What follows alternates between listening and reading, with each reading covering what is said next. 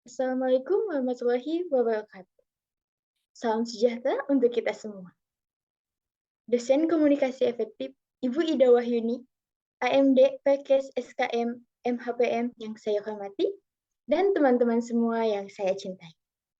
Sebelumnya, saya Sufian Jani sebagai moderator kelompok 2 yang akan membantu jalannya kegiatan ini. Bersama teman-teman saya yang akan menyampaikan isi materi, yaitu Esa Dinata, Naufal Akvina, Neng Ayu Cahyani, Tangguh Muhammad Al-Fatih.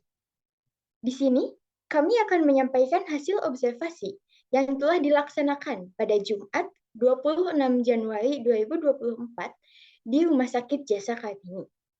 Tema yang diangkat mengenai kelengkapan rekam medis dan metode pengumpulan melalui observasi dan wawancara.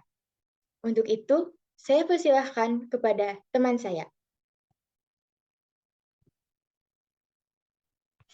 Baik, di sini saya akan menjelaskan tentang komunikasi efektif.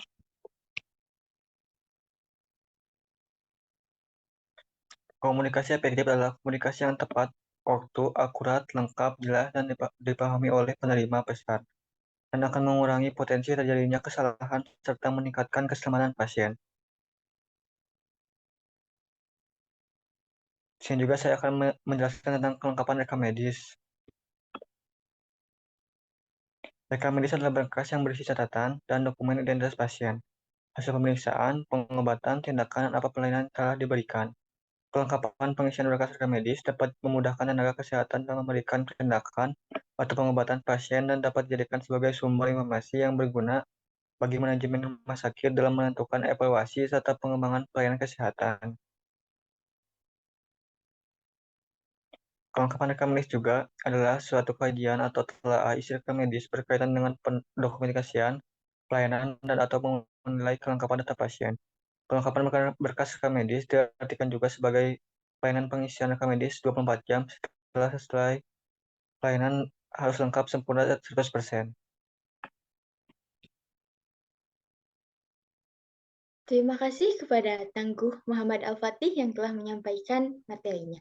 Selanjutnya, kepada pemateri, dipersilakan. Baik, terima kasih. Di sini saya akan menjelaskan mengenai hasil observasi yang telah dilakukan di Rumah Sakit Jasa Kartini mengenai kelengkapan isi formulir rekam medis.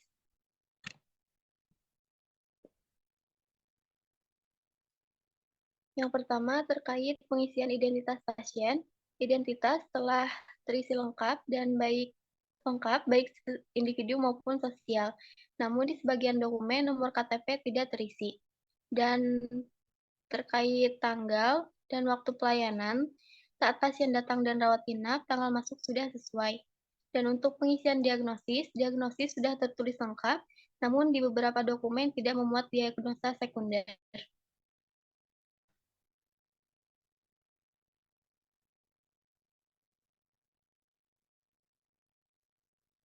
Selanjutnya mengenai pengisian anamnesa, keluhan, dan riwayat penyakit. Anamnesa sudah tertulis dengan jelas dan lengkap, serta diagnosisnya sudah tertera. Namun tidak ada kode ICD untuk diagnosis dan tindakan. Selanjutnya terkait pengisian pengobatan atau tindakan, dalam formulir disesuaikan dengan diagnosis, obat, dan dosis yang ada dalam dokumen.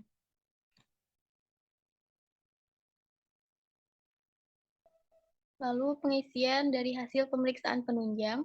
Pada dokumen RM berisi dokumen pemeriksaan penunjang yang disesuaikan dengan kondisi pasien, seperti TTV, HB, laboratorium, dan radiologi. Selanjutnya, terkait rencana penata laksanaan dalam RM pasien rawat inap dari IGD atau umum, rencana tersusun dan sudah mengurut.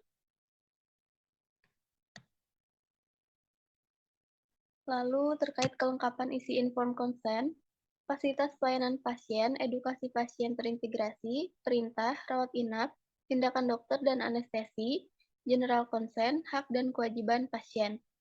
Dan terkait kelengkapan isi formulir pengkajian keperawatan, meliputi catatan perawatan, resume kajian awal atau akhir, serta lembar diagnosis.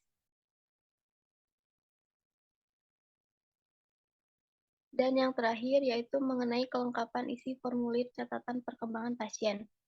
Berlanjut dari IGD atau rujukan atau lainnya sampai kepulangan sudah lengkap.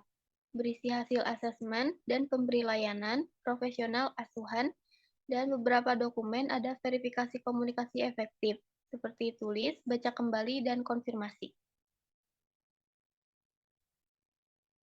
Baik, terima kasih kepada Esa Dinata yang telah menyampaikan materinya. Selanjutnya,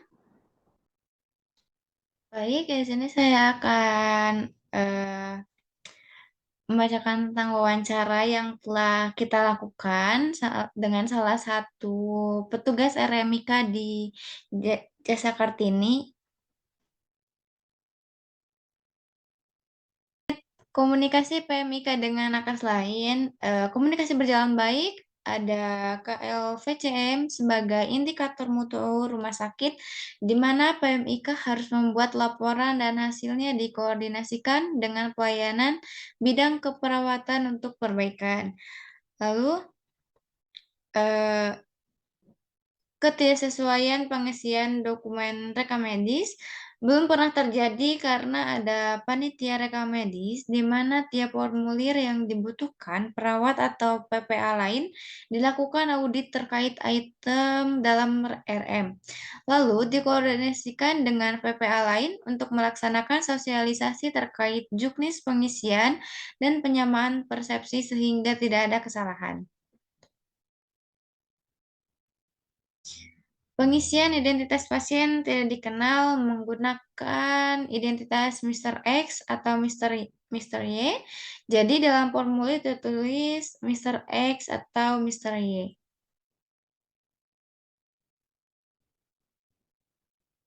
Lalu di dalam formulir itu tidak ada kode ICD.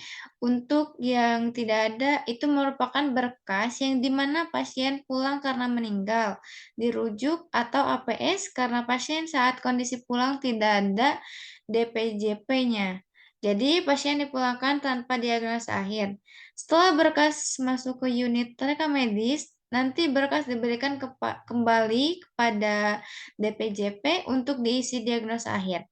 Setelahnya dilakukan pengkodean. Untuk resume medis, ada item untuk ICD dan tidak diisi karena PMIK hanya punya otoritas DRS.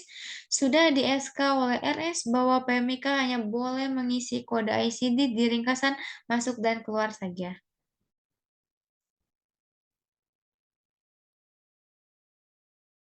baik, terima kasih kepada Neng Ayu Cahyani yang sudah menyampaikan materinya.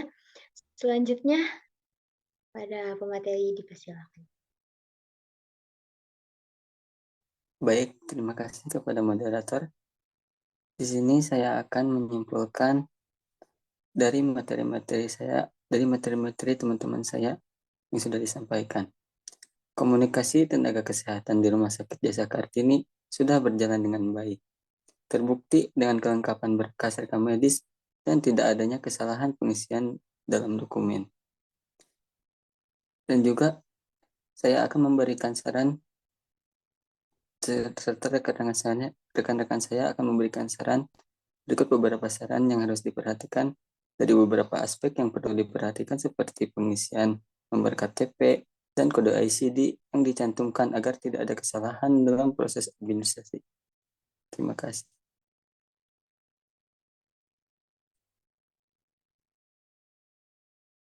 Baik, terima kasih kepada pemateri yang telah menyampaikan materinya. Di sini ada beberapa dokumentasi yang telah dilakukan.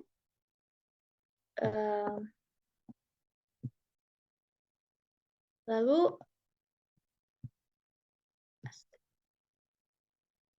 mungkin sekian yang dapat kami sampaikan. Bila ada pertanyaan, bisa ditulis. Dan terima kasih banyak. Wassalamualaikum warahmatullahi wabarakatuh.